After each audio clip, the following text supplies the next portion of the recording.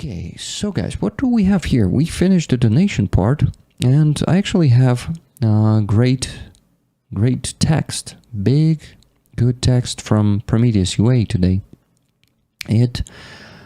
It's something that he sent to me today. He said it's kind of a confession or something. Let me actually quote him there. It's an address to Americans. Everything that got in me for the whole life, it's some kind of a confession. It is also a love confession, disappointment, hope, and gratitude. And wow, so he has photos there. He has a song with which we should begin this one. So I really want to share that. This one is called America. It is from Брати Гадюкіни. Брати Гадюкіни band. Okay, let's go.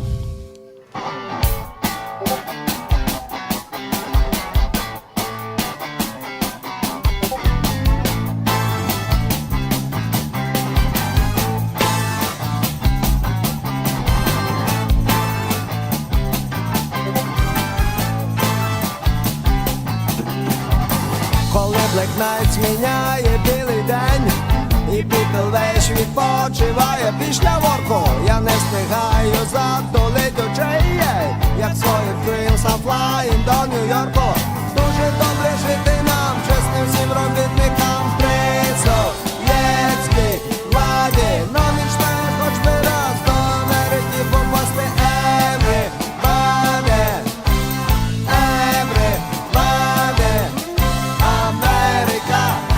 Say many will come to America. Я кажу, oh yeah, Америка. Допливу коли-небудь я до твого берега.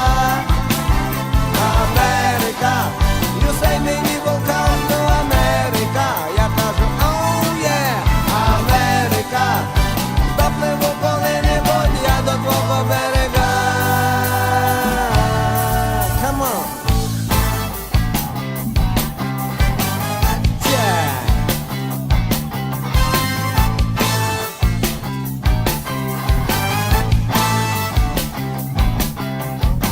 Я буду їздити на гарі по хайвею, в Макдональді сушистку буду їсти я, із файною герлою я ж і познайомлю, і може честь мені віддасть поліція. Пару частичок яків, знову злодій не граків, Централ парку. Брачні тітки, наркомани, курачі з марихуаною, цигарки. America, you say many will come to America. Я кажу, oh yeah, America. Допливу коли-небудь я до твого берега. America, you say many will come to America.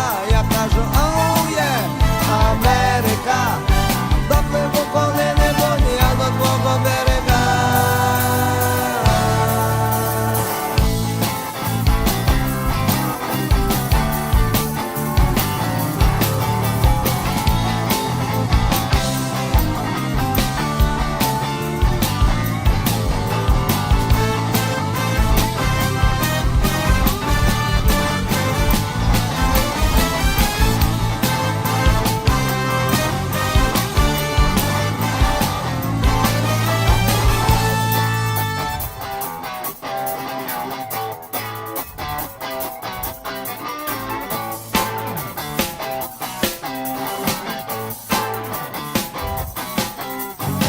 Я на Бродвею мішка Джегі раз зустріну, до Тіни Тернер в гості разом ми підем.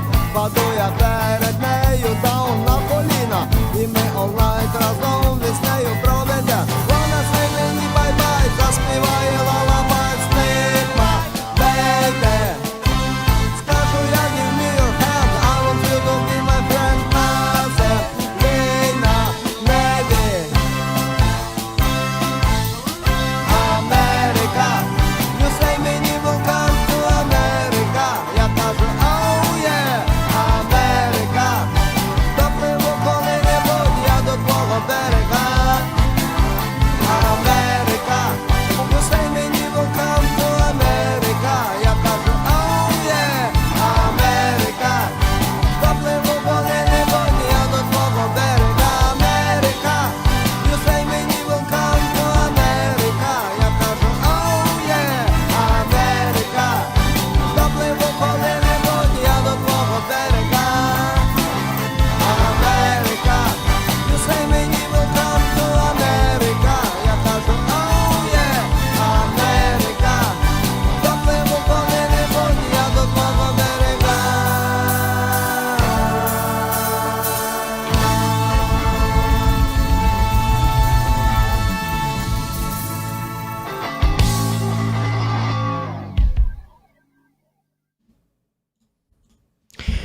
Nice.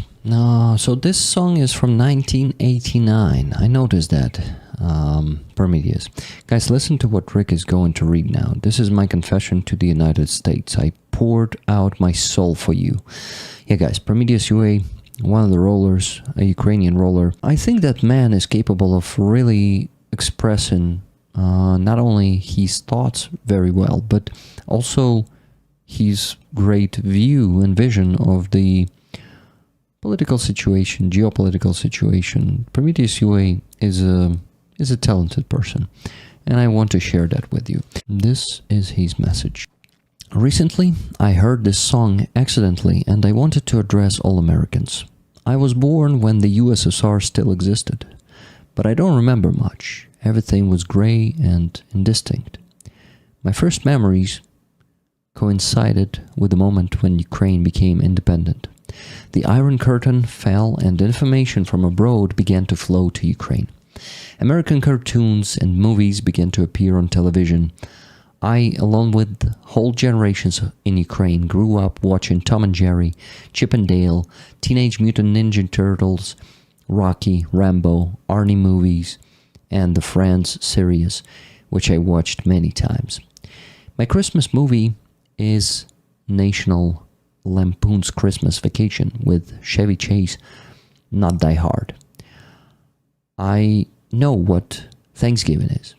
In 8-bit games playing baseball as a kid, I understood the rules myself, which is pretty hard for someone from outside the US. And yes, I understand what third base is, if you know what I mean. But come on, you play egg hand. Football is what we play here. Watching movies and documentaries, I learned your cultural code. I doubt that in Europe there is more sympathy for the US than Ukrainians. Ukrainians have an image of Americans who always stand for justice, freedom, and democracy. As early as 1857, the greatest Ukrainian poet Taras Shevchenko wrote the following lines in his poem The Half-Wit. When will we greet our own George Washington at last with the new law of righteousness? Oh, there's no doubt that they will see. You saved Europe in the First World War. During the Second World War, you sent hundreds of thousands of military trucks to the USSR through the Lend-Lease program. Thousands of American Sherman tanks, long before Brad Pitt fought the Nazi in Ukraine. Thousands of American planes, hundreds of thousands of tons of food to prevent famine. For a short period, American pilots flying B-17 bombers were based in the Ukrainian city of Poltava. You saved half of Korea. Without you, there would be no South Korea. You tried to save Vietnam from communism. You genuinely wanted to help. Ukraine could be the best ally of the United States. After all, in all those wars, you fought with your own people, and thousands of Americans died. And this is what makes America great. Not the moon landing, the invention of the internet, or the hot dog. Ukraine is a special friend of the United States, because we never asked to send American soldiers.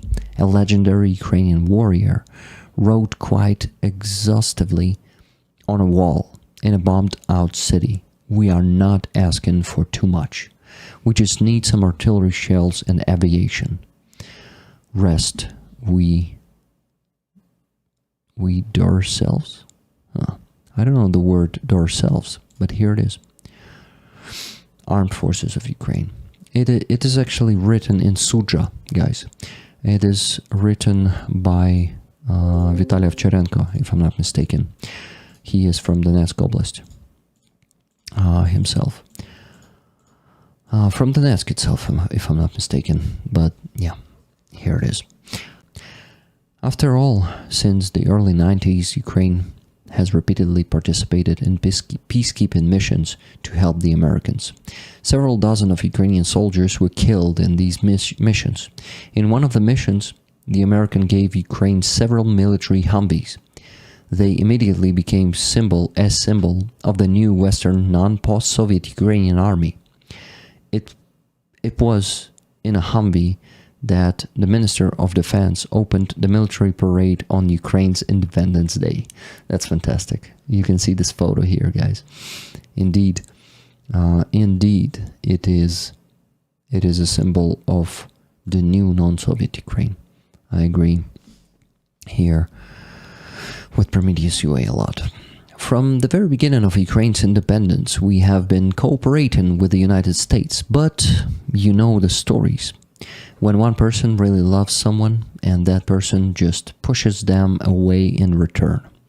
Only here, it is at the level of countries. Just a few days before the collapse of the USSR, the US President George H.W. Bush came to Ukraine and gave one of the most shameful speeches in US history, which was called Chicken Kyiv. In the parliament, he urged Ukrainians not to create an independent Ukraine. The next president, Bill Clinton, in a difficult period of the new state's attitude, pressed Ukraine to give up nuclear weapons. This later became known as Budapest Memorandum, in which the United States, Britain, and Russia pledged to protect Ukrainian sovereignty. Yeah, guys, here is this shameful moment in the Budapest Memorandum. Then there was President George W. Bush with his famous phrase that he looked into Putin's eyes, saw his soul, and that he trusted him. The next one was Obama. Back when he was a senator, he came to Ukraine to oversee the disarmament of Ukraine. And here he is. The fact is that the United States demanded that Ukraine give up not only nuclear weapons. Long-range missiles were taken away, strategic bombers were cut to pieces, and cruise missiles were given to Russia. Yeah, it all happened. Obama's presidency began with a reset with Russia. And this was after Russia had attacked and occupied 20% of Georgia's a few months earlier. Obama did nothing and called it a reset. In 2014, Russia attacked Ukraine, and guess what Obama did? Again, nothing. Moreover, there was such a strong control over Ukraine that Ukrainian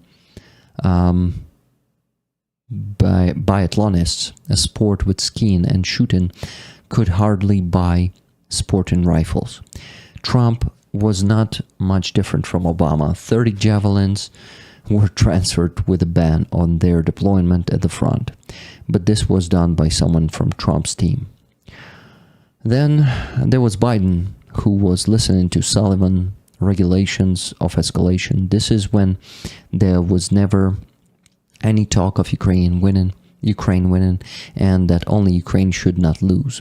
All Ukrainian military experts say that if all the American weapons that were transferred in small batches were transferred at once, Ukraine would win in the autumn of 2022. And now Trump and its disaster. Everything is moving from America first to America alone. Not all of you realize it, but what the US is doing now will turn your allies and friends away from you for decades. Who will buy American weapons, ammunition, and spare parts for which the United States can ban at the moment when they are needed for defense? The Westerners never listened to us, although smart people in Ukraine warned us what would happen after the 2008 war in Georgia and Germany's construction of Nord Stream 2. We said that your influencers are being bought. Smart and even pro-Ukrainian Americans said they were just useful idiots. Then it turned out that the Russians were directly funding Tim Pool and several other American bloggers. The FBI made a report on the investigation of another 600 cases. I'll say more. Many of your journalists from respected publications have also sold out to Russia. They are just not funded directly from Russia, but through third persons. The same scheme works for American politicians. It is no coincidence that they repeat Russian propaganda word for word. Yeah, You can see what is on that screenshot. Media startup from Benny Johnson, Tim Pool, and Dave Rubin was secret Russian influence campaign. Indictment alleges. A couple of years ago, I heard from very smart Ukrainians that Trump was interfered with by state institutions in his first term. And he prepared himself. And he would be elected president, and things would only get worse. I didn't want to believe it, but they were right. American experts say that US state institutions are very strong and will not allow Trump to usurp power. Everything is under control. And do you know what Ukrainian experts are saying now? They are wondering if these institutions are not so unique and strong, and no one has really attacked the US government in a real way. Ukraine has a long history with oligarchy. Most of them have fled abroad, and one is in jail, and I congratulate you on the first American oligarch. But you have gone further. None of the Ukrainian oligarchs have ever walked around the president's office on camera wearing a t-shirt and a cap with their child saying, "Shush your mouth" to the president. In Ukraine, they always kept their power in Ukraine hidden and behaved more modestly. By the way, Elon Musk is the richest man in the world, is again promoting his tweet from 2022, where he describes what Ukraine should do. And one of the points is Crimea is formerly part of Russia, as it has been since 1783, until Khrushchev's mistake, so-called. Foreigners don't know about this. Musk got caught up in the reference to Khrushchev because this is an everyday phrase of ordinary Russians. Musk definitely heard it from Russians. After all, if he had been interested in this period from historical books, or at least Wikipedia, he would have learned that the documents were signed by Malenkov and Voroshilov, because Khrushchev did not have such power then. There is another myth among Russians, from children to officials, that Catherine the Great gave Alaska to the United States. But in fact, it was Alexander II. By the way, even at the official level, Russians are talking about the return of Alaska. They even write and talk about it on the official level, and they say it only in Russian, not in any other languages. And more advanced Russians even mention California in the 19th century. For a short period of time, they had a fort there next to San Francisco. This photo from Russia shows an image of Alaska, and the caption, "We will teach you to love the motherland." This is a phrase Russia used to intimidate representatives of other countries. Yeah, that's what they do. Ukrainians heard it many times before 2014. Musk and Trump are talking about the threat of World War III, so Ukraine should do whatever Russia wants. I wonder how long before Russia wants Alaska back. And then there will be this logic from the Americans. Give Alaska back or World War III? I think this will open the eyes of many Americans. You will also learn that the distance between the Russian Federation and the USA is only 2 miles, Bering Strait. The Americans will mostly not hear us again, and over time you will feel how you as a people are losing your country. This happened in Ukraine in 2014, but we already had the experience of the 2004 revolution. We had enough people who knew what to do. Rallies against the government are frequent, for example in Belarus in 2020 and in Georgia in 2024. They are the same because people go out and return home in the evening. In both of these countries, these rallies led to nothing. In Ukraine, it's not called Maidan for nothing. In 2004 and 2014, people took the streets and did not leave for several months. day or night, despite the cold winter and the bullets of the usurper. Thanks to self-organization, Ukrainians organized their everyday life, tents, heaters, firewood, food, medicine, security, etc. It was a force of hundreds of thousands of people that could not be defeated. And here's the picture of Maidan, guys. Yeah. But I believe in you. And here the hope begins. And I also believe in you guys. Please listen to this part very, very, not carefully, probably. But I believe in you. Many Americans, an echo of the past, come to fight for Ukraine. Unfortunately, some have died and we honor them very much. You probably don't know this, but Ukrainian soldiers refer to foreign soldiers as Americans. Without disrespect to other nations, we know who you are. It's just that Americans are fighting in such large numbers, and our long-standing good attitude towards them has become a name for a foreigner. A huge number of Ukrainian soldiers wear patches with the US flag on their uniforms. All this is because of the same life experience I had and because of gratitude for the help of the American people. Yeah.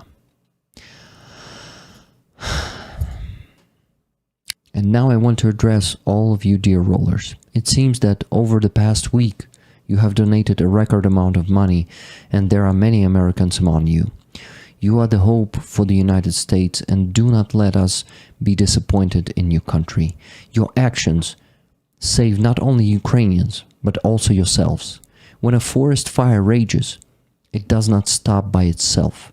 Someone has to put it out. Otherwise, it will reach your home.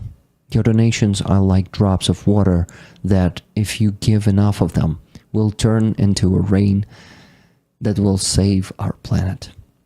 Thank you, and please don't stop. Now more than ever, we need your help. I am sure that someday there will come a time when you will need help, and many Ukrainians will do everything to thank you. Glory to Ukraine, and God bless America. Героям слава. Thank you. Thank you very much, Prometheus UA. That was fucking powerful, and yeah. Thank you for this confession.